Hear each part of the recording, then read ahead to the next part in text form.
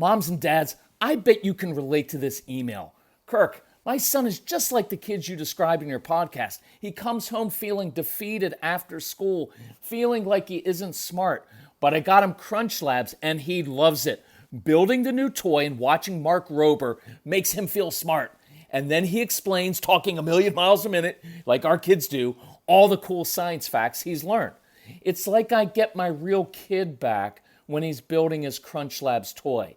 And that is exactly why I was so psyched when my niece first told me how her son loves Crunch Lab. Confession, this is the one sponsor I wanted more than any other because it's such a perfect fit for our kids. So go to crunchlabs.com/calm and you'll see why. Crunch Labs is a STEM monthly subscription build box for kids. Your kids get a really fun toy in the mail every month. And what kid doesn't love that? And then they put it together by watching a step-by-step video from former NASA engineer Mark Rober, where he teaches all the cool physics that make the toy work. Mark's passion is helping kids think like engineers. And this helps your kids develop resilience and problem-solving skills while having a ton of fun. Get your kids something they will actually love, use, and look forward to getting all throughout the coming year.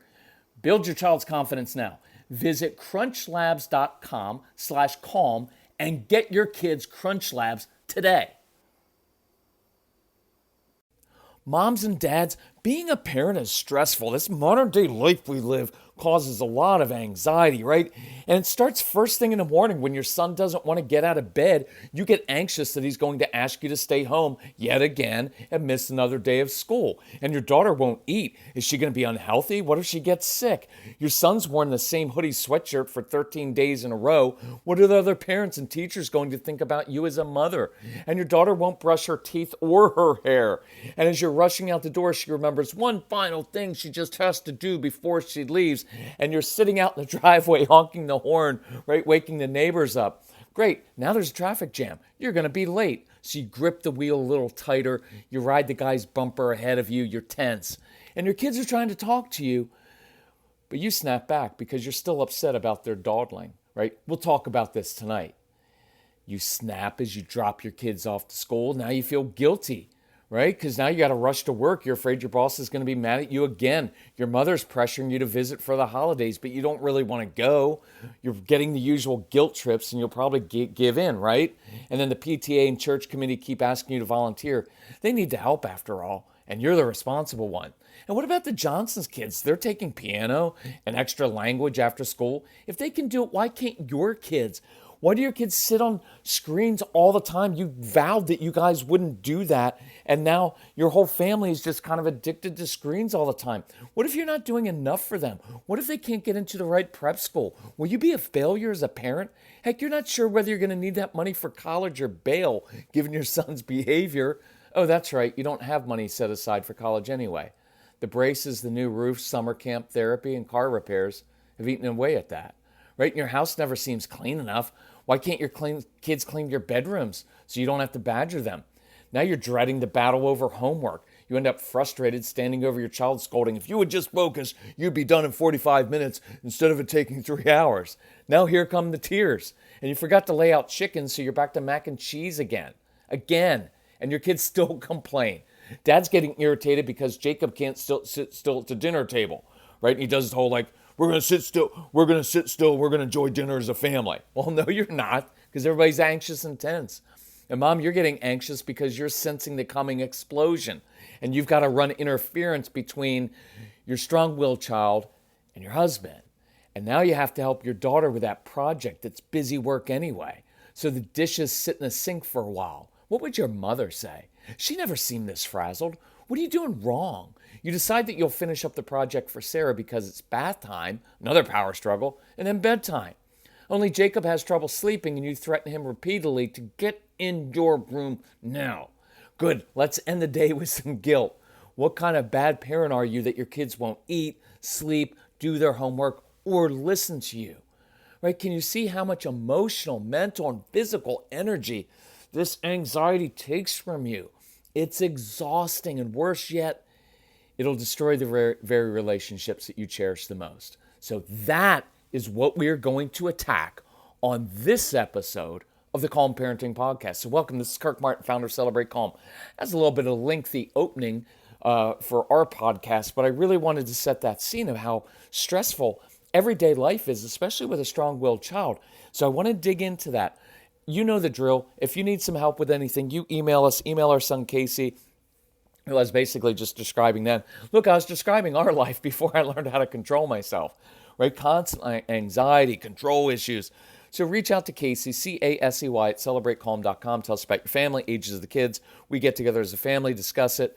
We will reply back to you personally and usually very quickly. Why? Because that's what we do. It's our family's mission. So we're going to talk about anxiety, your anxiety. Why is it so critical to attack this once and for all? So let's just look at the practical side of this.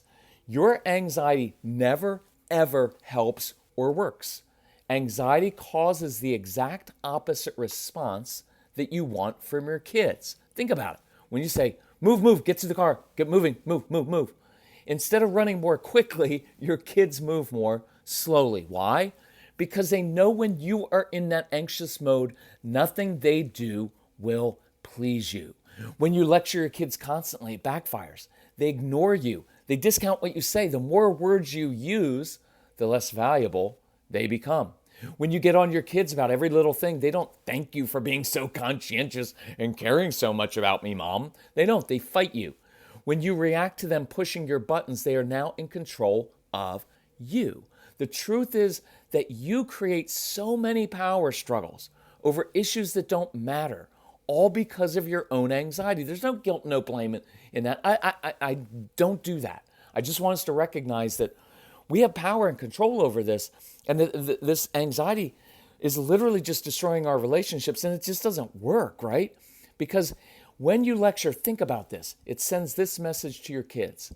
I don't trust you to make a good decision, so I'm going to keep badgering you.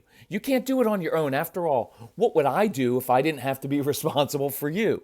See, this isn't really about you, son. It's about me. What else are you saying?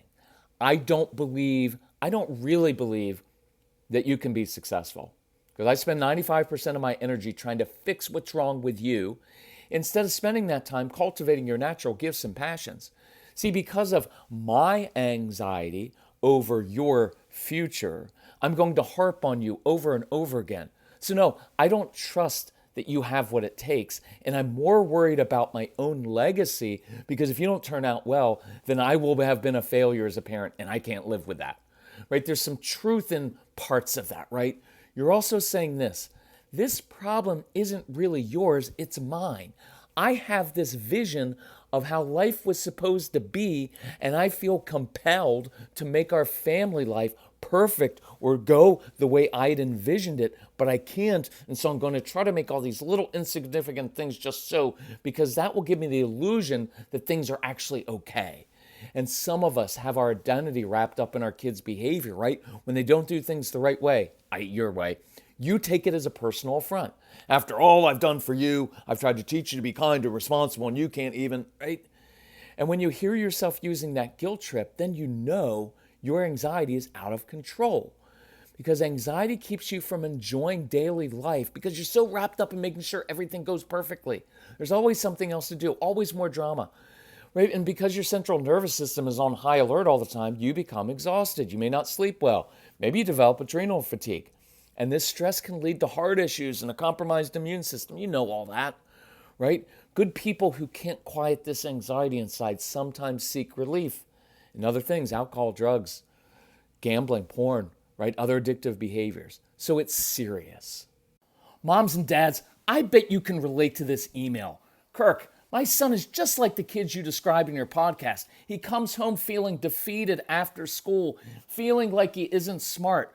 But I got him Crunch Labs and he loves it. Building the new toy and watching Mark Rober makes him feel smart. And then he explains, talking a million miles a minute, like our kids do, all the cool science facts he's learned. It's like I get my real kid back when he's building his Crunch Labs toy. And that is exactly why I was so psyched when my niece first told me how her son loves Crunch Lab. Confession, this is the one sponsor I wanted more than any other, because it's such a perfect fit for our kids. So go to crunchlabs.com/calm and you'll see why. Crunch Labs is a STEM monthly subscription build box for kids. Your kids get a really fun toy in the mail every month. And what kid doesn't love that? And then they put it together by watching a step-by-step video from former NASA engineer Mark Rober, where he teaches all the cool physics that make the toy work. Mark's passion is helping kids think like engineers. And this helps your kids develop resilience and problem-solving skills while having a ton of fun. Get your kids something they will actually love, use, and look forward to getting all throughout the coming year. Build your child's confidence now. Visit crunchlabs.com/calm and get your kids Crunch Labs today. Hey, busy moms and dads, do what we are doing to reduce our holiday stress. Skip the grocery store and save time and money with easy, delicious recipes delivered to your door from HelloFresh. I just discovered breakfast from HelloFresh, and now it's free for you.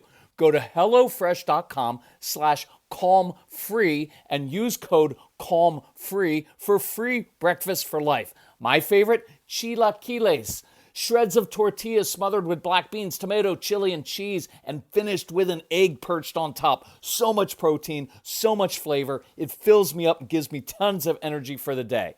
HelloFresh has delicious choices for every mealtime occasion. And the best part? No grocery trip, no traffic, no crowds, no stress. Guess what we're having this coming week?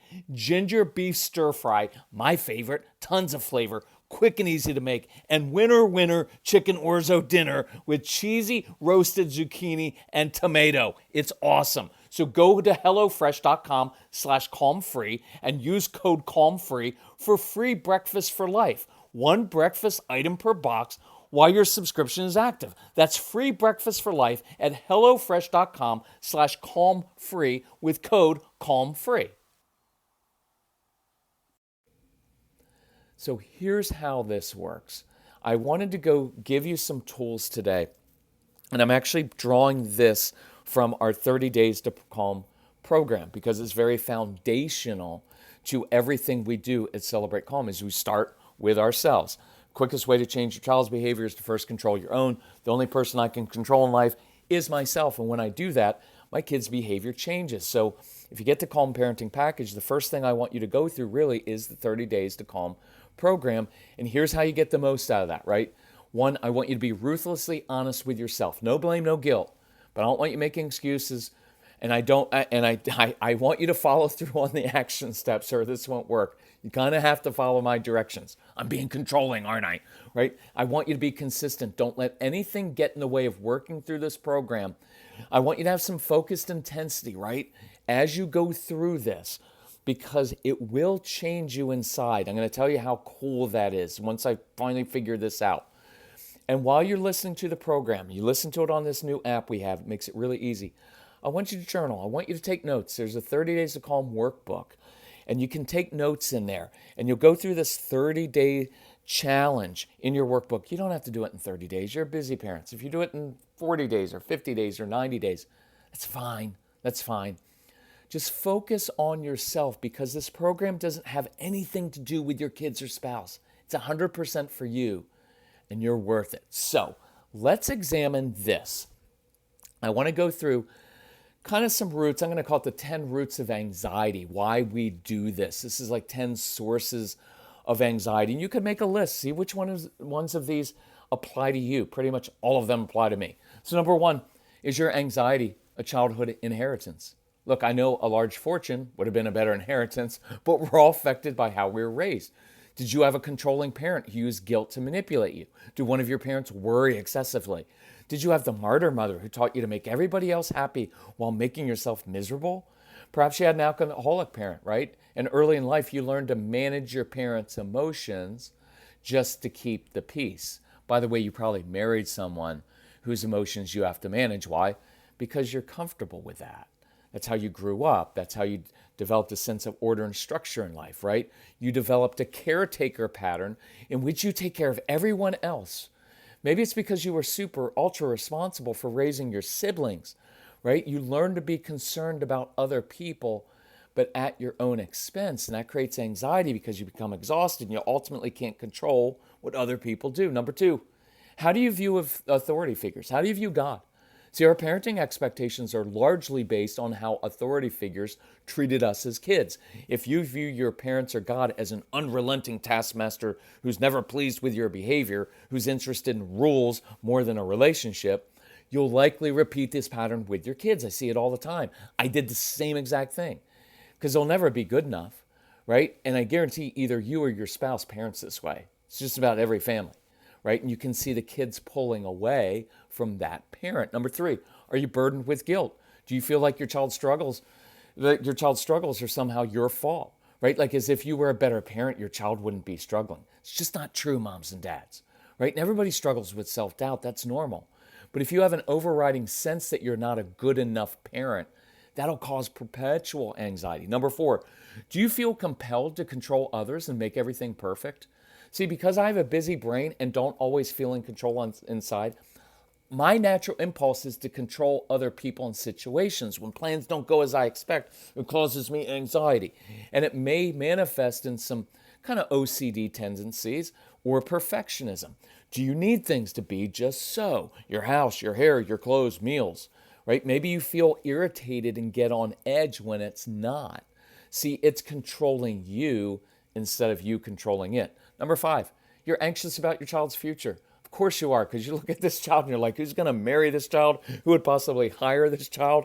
And you're projecting into the future. And every good parent on the planet gets anxious about whether a child's going to be successful. Because your child may procrastinate, he may be impulsive, disorganized, unmotivated, right? He doesn't give his best. He hasn't learned good study skills, right? He's not disciplined. And so you project out and think, how's this child ever going to be successful?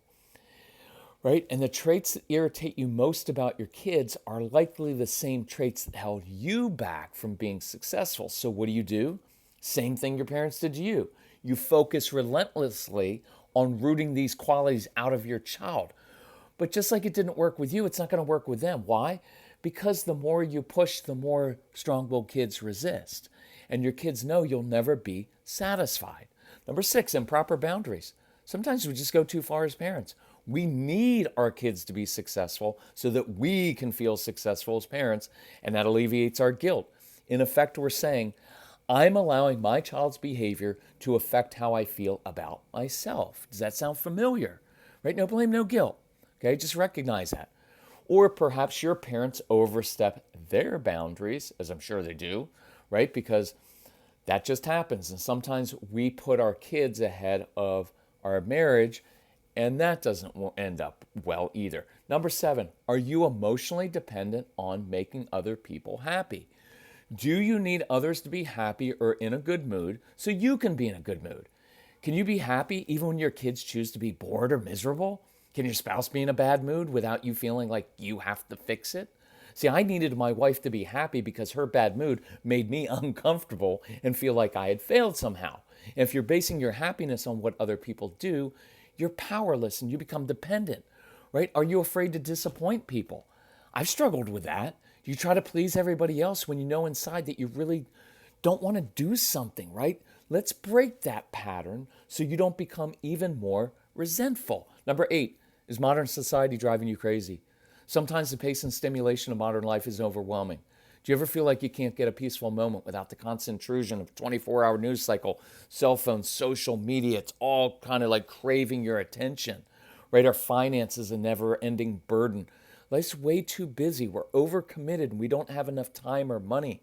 You're going to have to turn some of those things off. Number nine, are your expectations unrealistic? There's almost always a disconnect between our expectations as parents and reality, right? Does your child's behavior embarrass you? As a general rule, your kids will never meet your expectations in areas that are important to you. It's just not, that's not how it's going to work. And your anxiety will blow it out of proportion. Now, here's the opposite corollary. Have you made things too easy on your kids because you don't want to deal with the power struggle? And you feel better when your kids are just happy. That's not good either, right? Number 10, drama.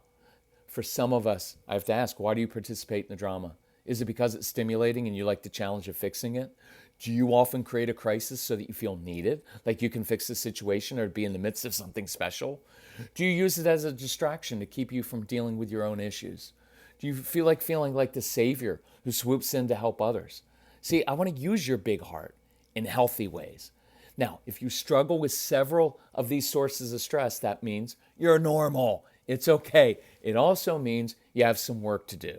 So, I want to share a couple quick ideas that you can just start to implement today. Okay? So, here's one, and it's kind of a fun one. And I like putting things in ways at times where you can conceptualize it. And a lot of this I just do for myself because it just makes it easier. Here's one thing I want you to work on. I'm going to give you two things this week. One, resign from your job. Give yourself a pink slip and take this pledge with me. I resign from a job I have carried for 30, 40, 50 years. Throughout my life, I have labored to prove that I'm right, to overcome people's objections so they believe just like me. Today, I resign. It is not my job to control how other people act. It is not my job to control how other people think. It is not my job to control what they think. My wife, my kids, my brothers, my friends, my neighbors can hold opinions contrary to my own, and I don't have to convince them that I'm right. That's not my job. Now, if you want to take it further, this one's even better. I resign from the job that I have carried of trying to make everybody else happy. It is not my job to control other people's emotions. It is not my job to make other people happy. It's not. That's a huge burden some of you carry. It is not my job to fix other people, including my kids and my spouse. And I found, for me, this language is very powerful when I say it on a daily basis. Nope, not my job. I resigned from that job. My job is to model things, to live it out, to live with integrity and humility. My example is my greatest teacher, but I give up that idea that I can somehow make other people happy. Practice that this week. Just start saying those affirmations. Just say, I'm resigning from that job. Nope, not my job, right? Not my job to do everything around this house. Not my job to make sure that everything functions perfectly. So number 2 thing to practice this week, I want you to practice imperfection. I struggled with perfectionism for 35 years, and it nearly destroyed my relationship with my family, and it just kept me from understanding and experiencing peace and grace. For me, it's an evil, evil thing. So I have very little tolerance for that right now. So what I did is I began practicing imperfection daily. And I do mean I would practice it, right? Sure, do everything with excellence, but begin doing small things imperfectly on purpose. Now, quick little aside, I'm recording this in a hotel room. I'm on the road now conducting live events. As I was just saying that, someone just knocked on my door. You may have heard that little tapping sound. That was housekeeping. It's only 9:30 in the morning. There's a sign out there that says, I'm still sleeping, leave me alone. And yet, in the middle of recording this, I hear that tapping thing. Now, I have a couple choices. I can go back and edit that out, but I'm not, because I learned this many years ago. I started when I did the podcast and when I record the programs in the Calm Parenting program. At the beginning, when I started recording those, I would record them perfectly. Like if I messed up, if I slipped on a word, if I stumbled, right, I would go back and edit that out. And then I began practicing and saying, no, I'm not going to do that. And so on this podcast, I don't make it perfect. I stumble over words. Sometimes things just don't sound the right way. And I know I talk fast, so I kind of slur words at times. So this was actually the perfect example of that tapping on my door. I had to stop the recording, and I'm not good at this stuff.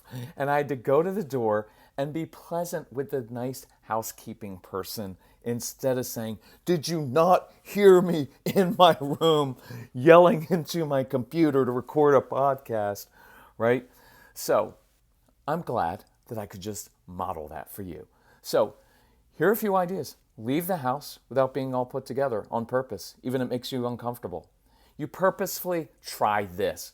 Purposefully leave a couple dishes in the sink overnight. Not all of them, but just a couple, right? And so you write a note and you send it, even though you had to scratch something out. You make a meal. It's not complete. It's good, but instead of fixing 2 side dishes, you only fix 1. Here's a cool one. Don't turn the clothes right side out when doing laundry. The kids can do that. Or, to be honest, the strong-willed child probably won't. And he or she will just wear the shirt with the tag out.